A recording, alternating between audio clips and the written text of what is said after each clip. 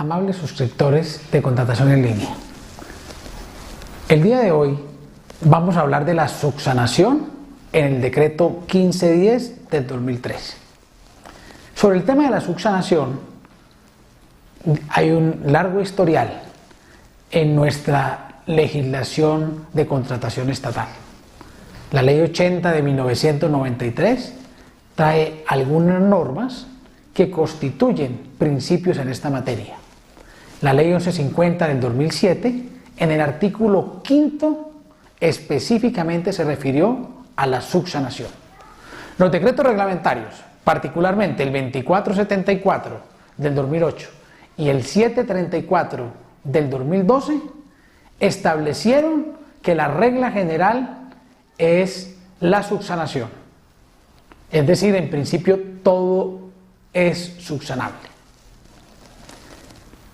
¿Qué es lo que no es subsanable? Según esos decretos, 4 cosas no se podían subsanar. Primero, lo que fuera objeto de evaluación, de comparación, de cotejo de las ofertas. Segundo, no se podía subsanar la capacidad jurídica. Tercero, circunstancias acaecidas con posterioridad al cierre. Y por último, había una norma en el capítulo de las garantías que señalaba que se debía presentar juntamente con la propuesta la póliza o la garantía de seriedad.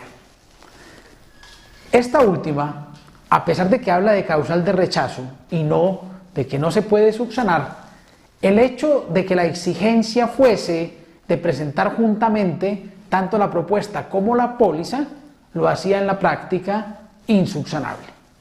¿Qué pasó? El decreto 1510 del 2013 no se refirió al tema. Es decir, estas normas no se reprodujeron en el nuevo decreto reglamentario. Vamos a ver cómo se debe interpretar este tema a la luz de la nueva normativa. Hay que señalar, para empezar, que el numeral 7 del artículo 30 de la Ley 80 de 1993 señala que en la licitación pública los pliegos de condiciones señalarán un plazo razonable para solicitar a los proponentes las aclaraciones y explicaciones que estimen indispensables. El parágrafo del artículo 5 de la Ley 1150 del 2007 señala que no serán título suficiente para el rechazo de la propuesta. Primero, la ausencia de requisitos. Segundo, la falta de documentos referente a la futura contratación o al proponente, que no sean necesarios para la comparación de las propuestas. En consecuencia, todos aquellos requisitos de la propuesta que no afecten la asignación de puntaje, es decir, que no sean objeto de evaluación por ser o condiciones técnicas o condiciones económicas, o en los casos exceptuados solo económicas o solo técnicas, podrán ser solicitados. Ojo con esto. Lo que la norma habla es que sea solicitado por la entidad estatal en cualquier momento hasta la adjudicación. Y en aquellos casos donde se utilice mecanismo de subasta, que cuáles son los casos donde se utiliza el mecanismo de subasta. Pues son 2, en la licitación pública y en la selección abreviada para adquisición de bienes y servicios de características técnicas uniformes. En esos casos donde se utilice la subasta, deberán ser solicitados hasta el momento previo a su realización. La Ley 1150 del 2007 distinguió los requisitos habilitantes de los evaluables. Es decir, que existen requisitos que son de verificación. ¿Y a qué llega la entidad en ese caso? A mirar si cumple o no cumple.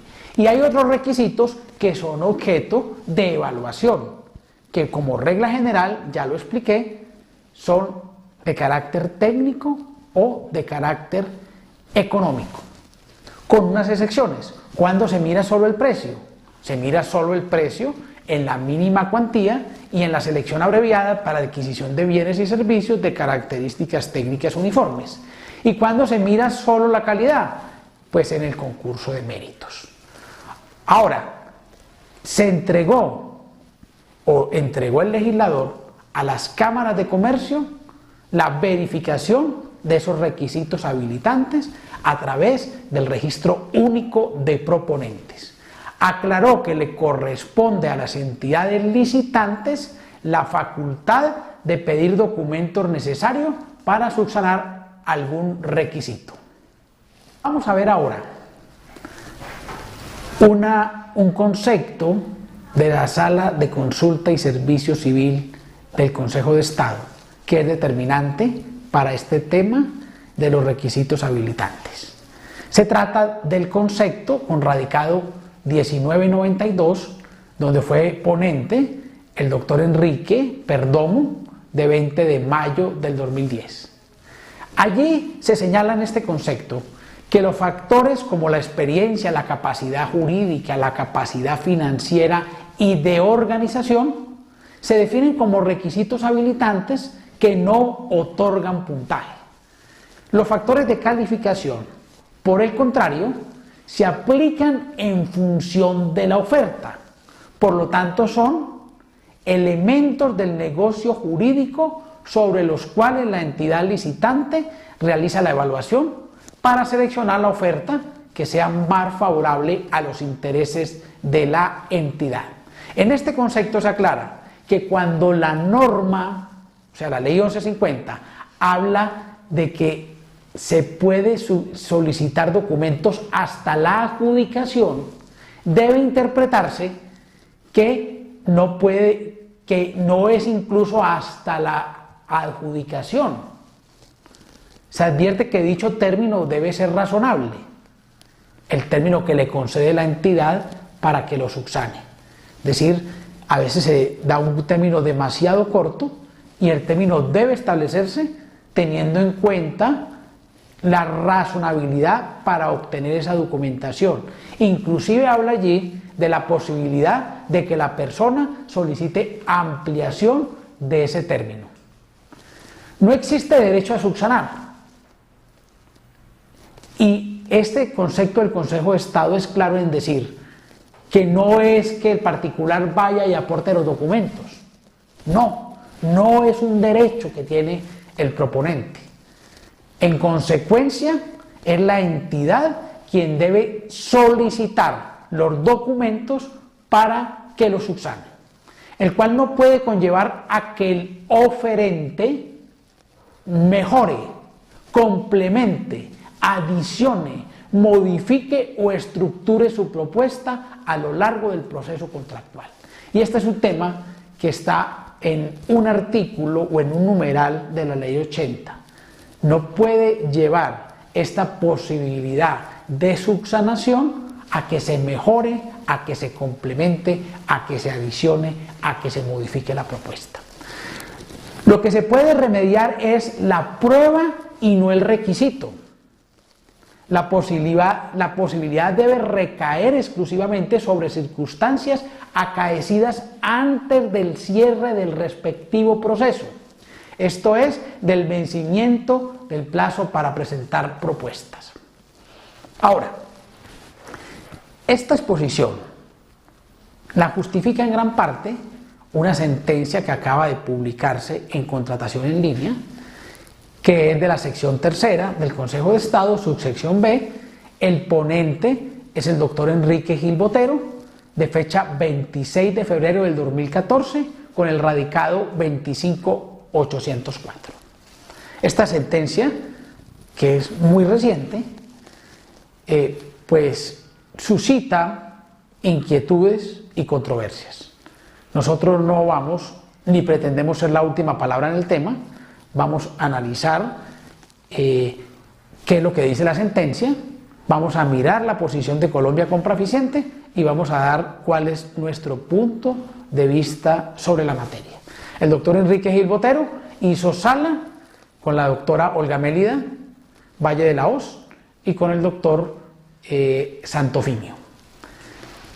Tendríamos que decir que la sentencia nos muestra lo que establece la ley 1150 del 2007, que es el numeral quinto de la ley el artículo quinto de la ley 1150 del 2007, en donde se señala que no serán objeto de subsanación aspectos que tengan que ver con la comparación, con el cotejo o evaluación de las propuestas. Es decir, no es subsanable lo que otorga puntaje. Lo demás de contera sí sería subsanable. Y nos dice la sentencia que, por ejemplo, podría corregirse la falta de certificado de existencia de representación legal, RUB, la firma de la oferta, el certificado de experiencia, copia de la oferta, la ausencia de errores en la garantía de seriedad, la autorización del representante legal por parte de la junta directiva. Y dice que no pueden subsanarse, como ejemplo, la falta del precio de un ítem, la omisión del plazo de ejecución si se evalúa, porque otorgan puntaje. Y además agrega que el decreto 1510 del 2013 se quitó la normatividad que traían los decretos reglamentarios, según la cual no se podían subsanar la falta de capacidad, circunstancias acaecidas con posterioridad al cierre, y además el tema de no presentar la garantía juntamente con la propuesta. Lo anterior quiere decir, según lo señala la sala, que lo único que no es subsanable es lo que otorga puntaje o lo que es objeto de evaluación. En ese sentido, ¿qué se debe preguntar la entidad estatal? ¿El defecto asigna puntaje al oferente? Si la respuesta es positiva, es decir, si otorga puntaje, entonces el aspecto no es subsanable. Por el contrario, si la respuesta es negativa, entonces es subsanable. La entidad le solicita al oferente que satisfaga la deficiencia para poner su oferta en condiciones de ser evaluada. No importa si se refiere a problemas de capacidad o requisitos cumplidos antes o después de presentadas las ofertas, con la condición que cuando le pidan la acreditación la satisfaga suficientemente. Sobre el particular tenemos que decir lo siguiente: ¿de qué se trata el caso? Primero, es un caso del año de 1999. En una licitación pública rechazan a un oferente. Este oferente demanda, y demanda sobre la siguiente base. Primero, lo rechazaron por dos razones. Primero, porque presentó los estados financieros sin la firma del contador público. Y segundo, por unos aspectos técnicos. Esta persona demanda y pide la nulidad por tres causales. Primero, porque en los pliegos de condiciones no se exigía que los estados financieros estuviesen firmados por contador público. Segundo, demanda porque el acto administrativo de declaratoria desierta no le fue notificado. Y entonces, sobre esta demanda, la entidad estatal y el Ministerio Público dicen: no, señores, aquí era necesario la firma del contador público porque hay normas legales que establecen que los estados financieros tienen que estar firmados por contador público, así no lo haya dicho el pliego de condiciones. Se dicta la sentencia de primera instancia en el año 2003, y en esa sentencia de primer grado se dice por parte del tribunal que no se declara la nulidad porque la firma del contador público es un requisito legal necesario para la validez de los estados financieros. Este tema llega al Consejo de Estado en recurso de apelación. Y ojo, hasta ahorita en el 2014 se dicta sentencia. Miremos y también llamamos la atención sobre eso. Un fallo del 2013, un recurso de apelación, se demora más de 10 años en resolverse. ¿Qué resuelve el Consejo de Estado? El Consejo de Estado dice, sobre lo primero de la firma por parte del contador, este es un requisito legal y así no lo haya señalado el pliego de condiciones, era necesario para que pudiera tener validez. A pesar de que el Consejo de Estado señala que era absolutamente necesaria la firma del contador público para la validez de los estados financieros, hay que tener en cuenta que este era un requisito meramente formal, es decir, que no otorgaba puntaje. Se trata de un requisito habilitante. Por tal motivo, la entidad estaba en la obligación de solicitarle que lo subsanara, pero no le dio la oportunidad para que lo subsanara. Por tal motivo, se genera la causal de nulidad. Es importante tener en cuenta esto, porque ya habíamos señalado que la Sala de Consulta y Servicio Civil dijo la posibilidad de subsanar no es un derecho del contratista, es decir, que el contratista no va y aporta los documentos. Pero mire aquí en este fallo, que es importantísimo, ya está diciendo que si la entidad no lo exige y era un requisito que era meramente formal, que no era un requisito para la comparación, para el cotejo o la evaluación, entonces eso genera la causal de nulidad. Esa es la importancia de este fallo. Luego viene el segundo aspecto. Señala el demandante que no se notificó de manera personal el acto de declaratorio de desierto. Y como esto no se adjudicó o no se declaró desierto en audiencia pública, entonces el Consejo de Estado le da la razón al demandante. Pero viene un tercer aspecto que es un aspecto técnico que no fue demandado por el actor.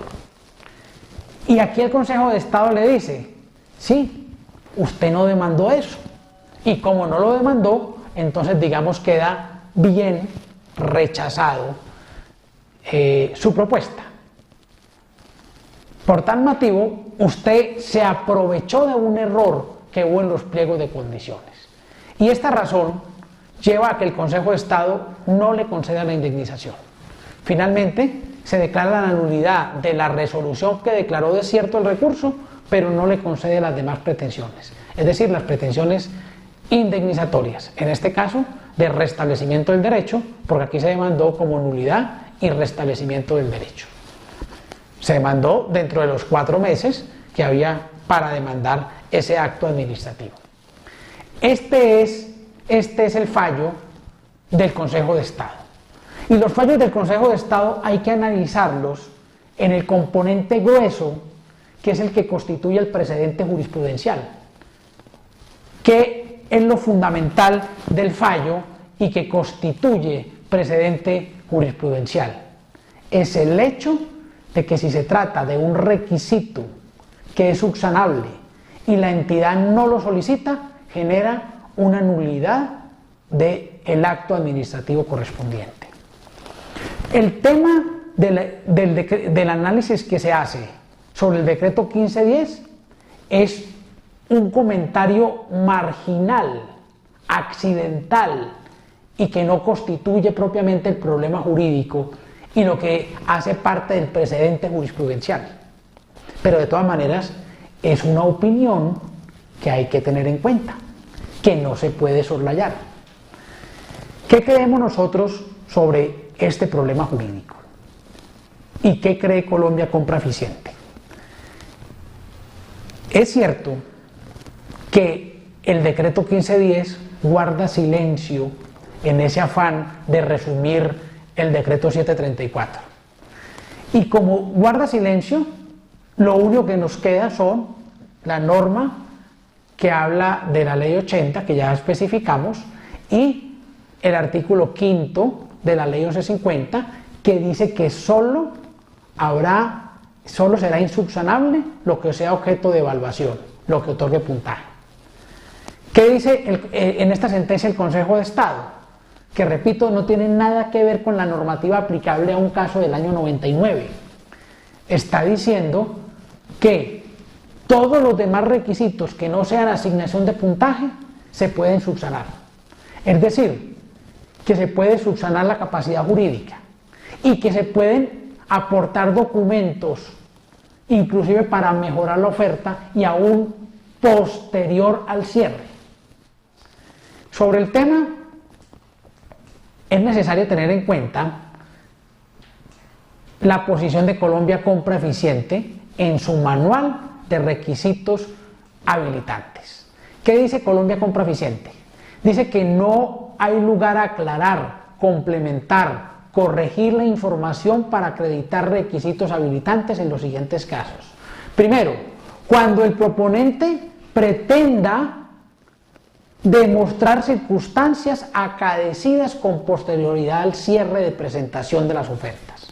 Segundo, cuando el proponente pretenda sanear su falta de capacidad jurídica. Cuando la aclaración, complemento o corrección no se refieran directamente al proponente y busquen mejorar la oferta. Y dice que las entidades del Estado no pueden señalar en los pliegos de condiciones cuáles documentos son subsanables o cuáles documentos no son subsanables. ¿Cuál es nuestra posición sobre el tema? Nosotros consideramos que la capacidad jurídica, contrario a la que acaba de señalar el Consejo de Estado, es insubsanable.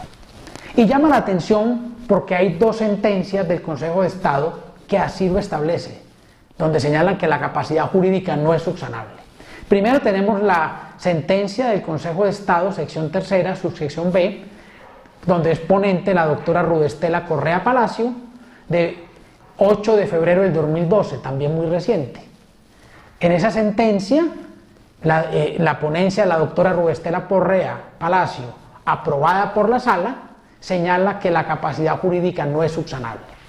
Y también sentencia del doctor del Consejo de Estado, sección tercera, con ponencia de Jaime Orlando Santofimio Gamboa, del 26 de enero del 2011, allí señala el doctor Santofimio que la capacidad no es subsanable. Llama la atención que en esta sentencia del 2014, que está firmada también por Jaime Orlando Santofimio Gamboa, este consejero de Estado esté cambiando su posición jurisprudencial. Pero además hay que señalar que en la sentencia del 2011 el doctor Santofimio incurrió en un error, porque dijo que la capacidad jurídica no era subsanable porque así lo señala el artículo 5 de la ley 1150. No es cierto. El artículo 5 de la ley 1150 en ningún momento señala que la capacidad jurídica no es subsanable. Eso lo señalaba el decreto reglamentario. Entonces, aquí habría que decir que posiblemente el doctor Santofimio se percató del error cometido en esa sentencia del 2011. Pero advierto que hay una posición o un cambio de posición respecto al doctor Santofimio. No así frente a la posición de la doctora Rudestela Correa Palacio, que en su fallo es muy claro, porque aquí se trataba de que se requería para el representante legal una autorización por parte de la Junta de Accionistas de la sociedad. Y allí la doctora Rudestela Correa dijo, eso no es un tema de capacidad, es un tema de representación. Y como tema de representación, ¿qué es? Es subsanable. Pero advierte que la capacidad jurídica no es subsanable. ¿Por qué consideramos además que la capacidad jurídica no es subsanable? Por una razón muy simple. Porque si la persona, bien sea natural o jurídica, no está capacitada, su oferta, su publicitación está viciada de validez. Es como si un niño fuera a presentar una oferta, o como si un demente fuera a presentar una oferta, o como si una entidad o una sociedad que no tiene dentro de su objeto misional o dentro de su objeto social lo que se va a contratar presenta la oferta. Esto es un aspecto que hace de la oferta inválida, y si es inválida es un tema que no puede subsanarse. Ahora, Sobre el segundo aspecto, circunstancias acaecidas con posterioridad al cierre, debemos recordar el artículo 25 de la Ley 80, que dice que en los pliegos de condiciones se cumplirán y establecerán los procedimientos y etapas estrictamente necesarias y que esos términos son preclusivos. Y hay una sentencia reciente del Consejo de Estado, que es con ponencia de Enrique José Arboleda Perdomo del 20 de mayo del 2010. Aquí está diciendo que las etapas del proceso son preclusivas. Entonces, si es preclusiva la oportunidad para presentar la oferta, no habría lugar a que se presenten circunstancias que mejoren la oferta, porque esa oportunidad ya pasó, ya precluyó. También hay que tener en cuenta una sentencia recientemente salida sobre el tema, sobre la preclusión, que es del 26 de febrero del 2014, con ponencia del magistrado Carlos Alberto Zambrano Barrera, donde está hablando de este aspecto de la preclusión. En consecuencia, consideramos que esto no se puede interpretar de manera gramatical, simplemente decir que lo que es objeto de evaluación. Hay que analizar la capacidad jurídica y circunstancias acaecidas con posterioridad al cierre, con otros principios y con otras normas que son complementarias al tema. Conclusión: el Consejo de Estado, en la sentencia que acaba de salir de febrero del 2014, del doctor Gil Botero, está señalando que se puede presentar documentos posteriores al cierre, que se puede subsanar la capacidad jurídica, pero esto no hace parte del componente fuerte de la sentencia que se pueda considerar como un precedente jurisprudencial, y va en contravía con otros pronunciamientos y otras sentencias del Consejo de Estado. Entonces queda aquí un tema de discusión donde dejo todos los elementos para que se analicen y se llegue a una posición sobre el tema. Muchísimas gracias a todos los suscriptores y afiliados de Contratación en Línea.